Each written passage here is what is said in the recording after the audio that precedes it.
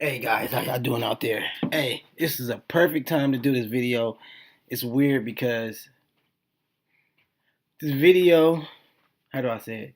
Well, in this video, it's weird because you have me, which is named Benny, and then you have, if you guys can see in the background, there's a Benny sitting in that chair, and then on that picture, it's a Benny. So, this song I had to do a video on because what is the real meaning to the song? I always wonder it because if you all knows, he's talking about like three different people. Four, actually, I think. Well, we'll find out after we watch the video. I think it's four. But let's get into the video. And then we'll talk about it then. But it's like four people, I think, that he's talking about all in like the song. So I want to understand it. Trap money, Benny.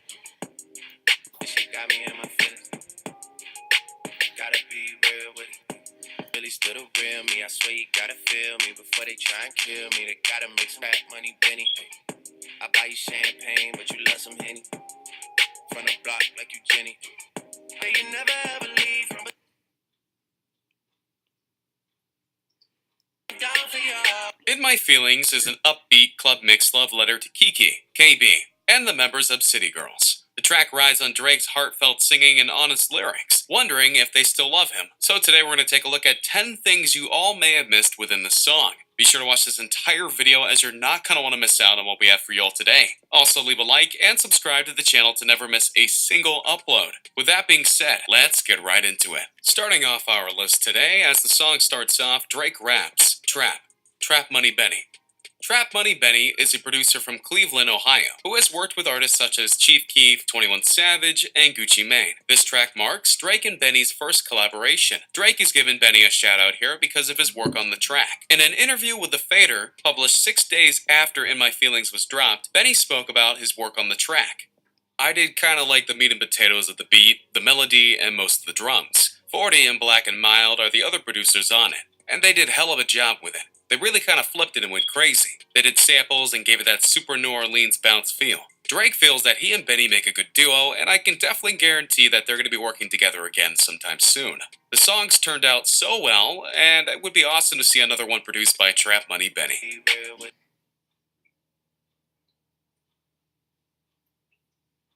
Are you riding? Say you never. Mm. Mm. Track money, Benny. I bike beside me. Mm. Mm.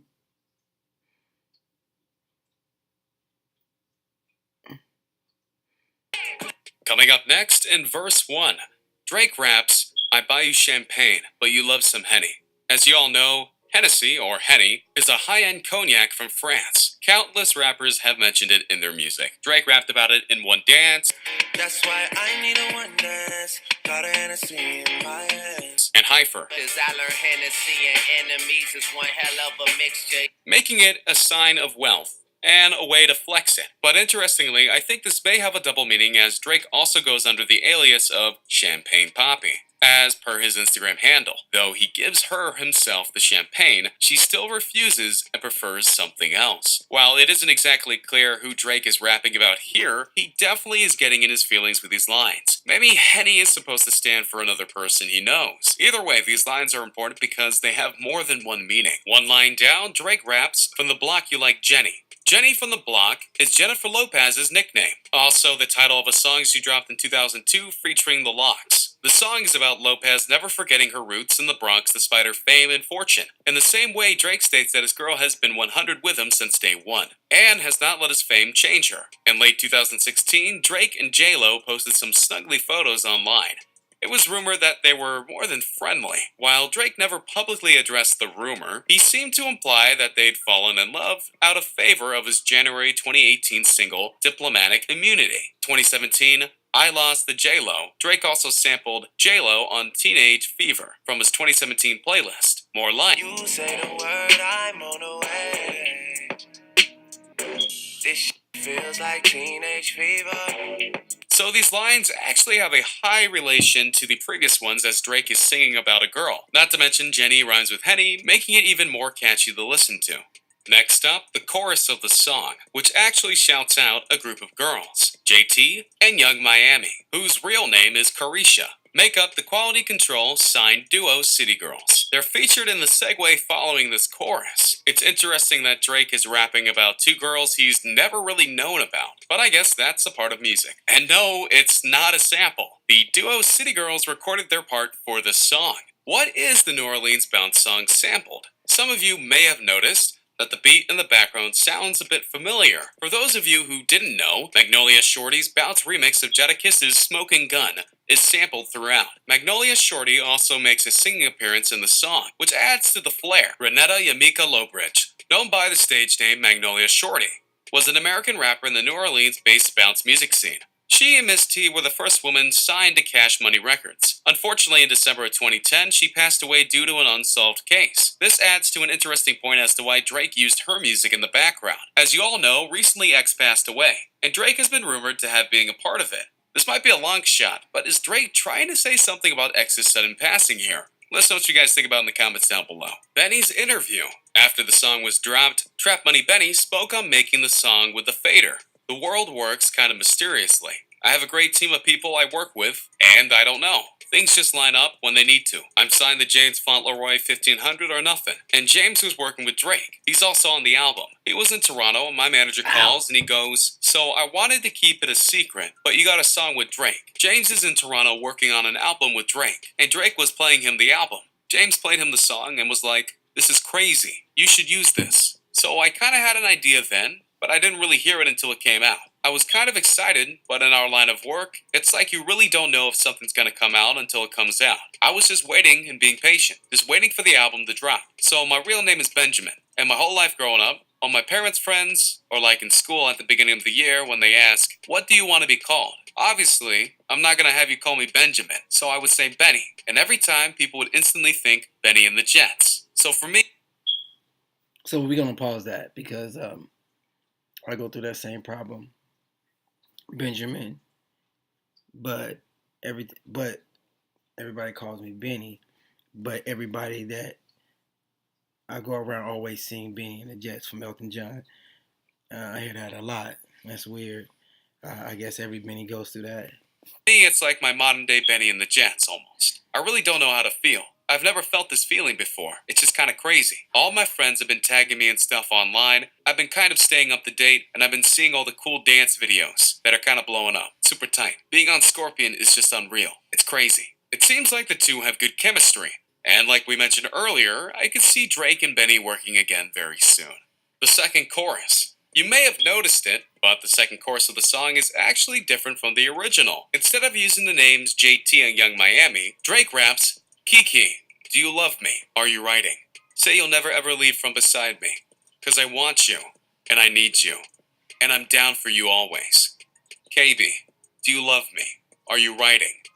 While some fans speculate that Kiki was singer Keisha Chante, a credible source told Genius Kiki is actually a model and social media personality, Kiana Barber. Although Barber has not directly acknowledged that she is Kiki in these lyrics, she's tweeted about them. Like the tweet where a fan speculated that they were referring to her, and even quoted the KB lyric in a tweet. The well-known Reach Records rapper, KB also responded to this line on Instagram and Twitter, speculating that this line was referring to him. He said, "I don't know why Drake is questioning if I love him. I've demonstrated nothing but continued grace through our disagreements about what the gospel requires of all men." Next up, towards the end of the song, Drake raps, "Black and Mild, you a genius. You diggin' me." This is the producer tag for Black and Mild, who co-produced this song with Trap Money Benny. He also produced Nice for What, the other song on the Scorpion track list influenced by New Orleans bounce, which is Black and Mild's specialty. Once again, he's a really credible producer, who should definitely work more with Drake. Leave a comment down below, stating what you think about Drake's new producers for the song. Personally, I think they did a great job. At the end of this song, we get a little skit that many people didn't know about. It goes like this. "I don't even care. I need a photo with Drake, because my Instagram is weak as f***. I just being real. My look." This scene is from Atlanta Season 2, Episode 7, Champagne Poppy, named after Drake's Instagram handle. In the episode, Zazie Beetz' character Van and her friends attend a YNE party at Drake's house. Though Van is hoping to get a picture with Drake, potentially to make Earn jealous, Drake ends up being out of town and on tour. Soon after the episode aired on FX, Drake posted this to his Instagram story to make it clear that he had watched the episode and enjoyed it pretty much. This adds an interesting vibe and an unexpected part to the song that keeps Drake fans engaged. I think it was genius for Drake to add a little skit at the end of a song. And for the last thing you missed about this song is that it was actually changed after it was released. After its initial streaming release, the breakdown with Lil Wayne was adjusted to include new vocals in between the Lollipop sample. Lil Wayne and Drake have been longtime friends and worked together for a while. Wayne made the song even better by adding a quick verse and vocals within the song, so props to him.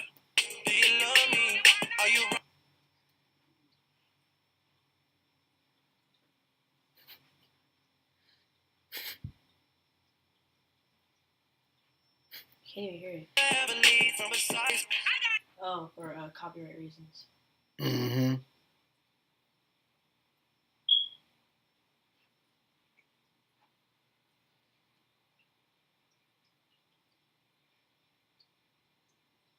That doesn't even exist anymore. So that's why they bleeping it out for the copyright. Yeah. Just another reminder to enter the iPhone 10 giveaway we have going on. All you guys need to do is subscribe, turn on notifications, drop a like, and comment the hidden message in the video.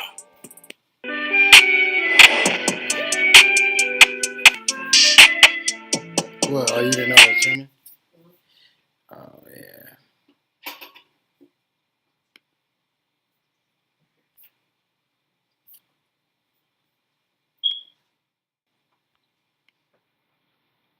Yeah. So, man, that song means a lot. I mean, it was a lot of stuff that I didn't even know about.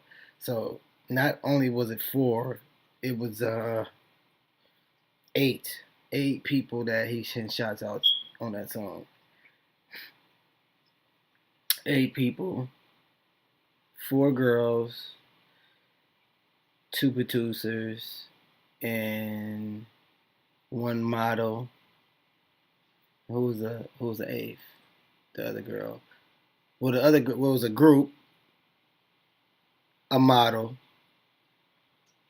2 producers, but altogether it was 8 people. That was cool. That was dope.